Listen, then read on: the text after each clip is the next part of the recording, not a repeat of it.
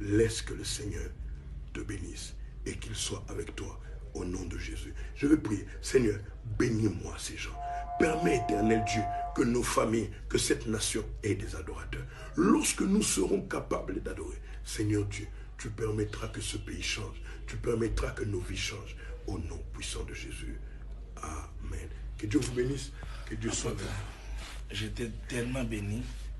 Et vous savez, je viens tout de suite de comprendre, comme on se disait avant de commencer ce live, que l'adorateur est la réponse, non seulement de tout un peuple, mais l'adorateur est aussi la réponse de Dieu par rapport à un problème donné. Très bien.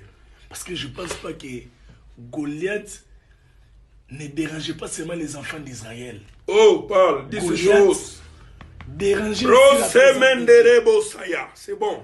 Dieu s'était fatigué de voir un Goliath en train d'insulter son peuple. Oh my God. Le peuple était fatigué de voir un Goliath en train de les insulter. Et Dieu et le peuple d'Israël étaient sur le besoin d'avoir quelqu'un qui pouvait achever ses problèmes. My bishop, écoute ça. C'est très important. Ce que le bishop dit.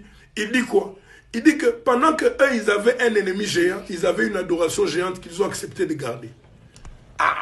Ils ont fait de leur adoration géante l'esclave d'un ennemi géant. L'ennemi était géant, mais l'adoration dans leur cœur était plus géant que l'ennemi. Eux, ils ont caché ça. Quand David est arrivé là, il a compris que personne ne peut être un ennemi plus géant que l'adoration que j'ai. Il a dit, quel est cet incirconcis qui ose se lever contre l'armée de Dieu? C'est-à-dire quoi, frère? La grandeur de ton problème prouve le potentiel adorateur qui est en toi. C'est-à-dire, si ton problème est un lion, c'est que ton adoration est une lionne qui dépasse le lion qui est ton problème. C'est-à-dire, en toi, il y a une adoration qui dépasse la taille de ton problème. C'est pourquoi, lorsque le bishop dit ces choses, mon esprit est éveillé. Et je suis en train de dire à quelqu'un que l'adorateur connaît les pierres du torrent. C'est-à-dire, il peut entrer dans les torrents sans s'occuper des poissons. Il peut entrer dans les torrents sans s'occuper des requins. Il entre dans les torrents pour chercher les pierres. Et quand il a les pierres, il sait que ces pierres-là sont les adorations. Je dis à quelqu'un, la pierre, c'est la parole. La pierre, c'est comme Jésus. Jésus dit, je suis la pierre vivante. Or, il dit quelque part qu'il est la parole. Donc, lorsque l'adorateur entre dans les torrents qui est l'image de la présence de Dieu, il sort une pierre. Une seule parole peut abattre plusieurs géants. J'annonce à quelqu'un. J'annonce à quelqu'un que même si tu parles pour blaguer, en adorant, Dieu ne te répond pas pour blaguer. Parce que la pierre que David avait jetée, il l'avait jetée pour blaguer. Mais Goliath est réellement mort. Non, Dieu n'a pas attendu même les 5 pierres. J'insiste. David a jeté la pierre pour blaguer. Il dit, bon, je jette. C'est pourquoi tu verras avec le... Parfois, il y a des gens qui peuvent prier ou faire des déclarations avec un mauvais français. J'ai dit dans la nom de Dieu. Mais Dieu, lui, ne tient pas compte de ça. Est-ce que tu entends ce qu'il dit là? C'est très important. Dans la nom de Dieu. Oui. Dieu n'est pas un correcteur. Mais Dieu, c'est lui qui entend. Alléluia. Dieu n'est pas un écouteur. C'est un entendeur. Si vous entendez ça, vous comprenez. Les Blancs ont fait des écouteurs, mais ils n'ont pas fait d'entendeurs. Parce que l'entendement appartient à Dieu. Pendant que toi tu parles, tu crois que Dieu écoute le français. Non, Dieu écoute l'adoration. L'adoration, ce n'est pas le français. L'adoration, c'est le cœur qui parle à Dieu. Je parle à quelqu'un. Je dis, David a jeté la pierre pour s'amuser.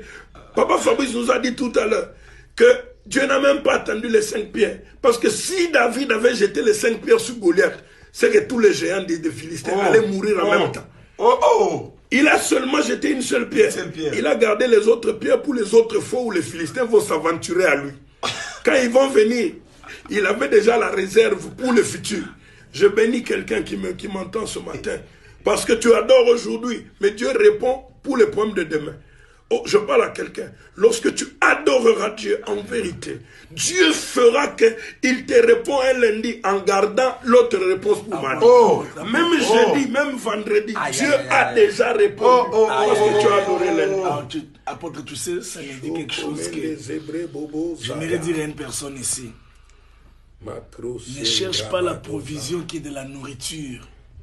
Cherche la provision de l'adoration. Oh my God. Parce que la provision de l'adoration dépasse l'étape personnelle. C'est-à-dire une personne qui a la provision de l'adoration n'est plus égoïste. Est-ce que quelqu'un entend ça? Est-ce que quelqu'un entend ça, Bishop? La Bible dit que David sort de sa maison, il va danser devant l'arche de l'Éternel. Lorsqu'il danse devant l'arche de l'Éternel, sa femme le méprise. Je dis à quelqu'un, lorsque tu commenceras à adorer, quelqu'un va te mépriser. Il ne te méprisera pas à cause de ton adoration, mais il te méprisera à cause de la position qu'il pense qui dépasse l'adoration. La Bible dit David commence à danser devant l'arche. Lorsqu'il finit de danser, il prend les pains, il distribue à tout le peuple. Mais David ne mangeait qu'avec 90 personnes. Mais quand il a adoré, il a fait manger tout le peuple. Je suis en train de parler à quelqu'un. Je dis l'adoration installe l'esprit de la chose au lieu de te donner la chose. My God. C'est-à-dire quoi? Goliath, même s'il a été battu par une pierre, il ne reviendra plus. Pourquoi? Parce que l'adoration coupe la tête du problème. Le corps du problème peut rester, mais la tête du problème n'existera plus. Lorsque la tête est enlevée, c'est-à-dire que le problème ne peut plus se régénérer. Je parle au cancer qui attend que tu adores. Quelqu'un m'a dit ce matin, je me rappelle encore, Papa Michel m'a dit ce matin, on rigolait, il m'a dit, Bishop, est-ce que vous savez que lorsque quelqu'un adore, cette personne devient la source? Non, s'il ne devient pas la source, il est la source. C'est-à-dire, en lui, on voit ce qu'on ne peut pas voir. En Dieu, il y a tout, mais en l'adorateur, il y a les dieux de tout. Bon, si tu comprends ça, c'est bon. Si tu ne comprends pas, je vais te dire ce matin, peu m'importe la nature de ton problème, l'adoration est la solution. C'est pourquoi nous sommes en train de prier Dieu pour que tu comprennes la valeur de l'adoration. Si tu ne comprends pas la valeur de l'adoration, tu vas continuer à gémir dans le problème.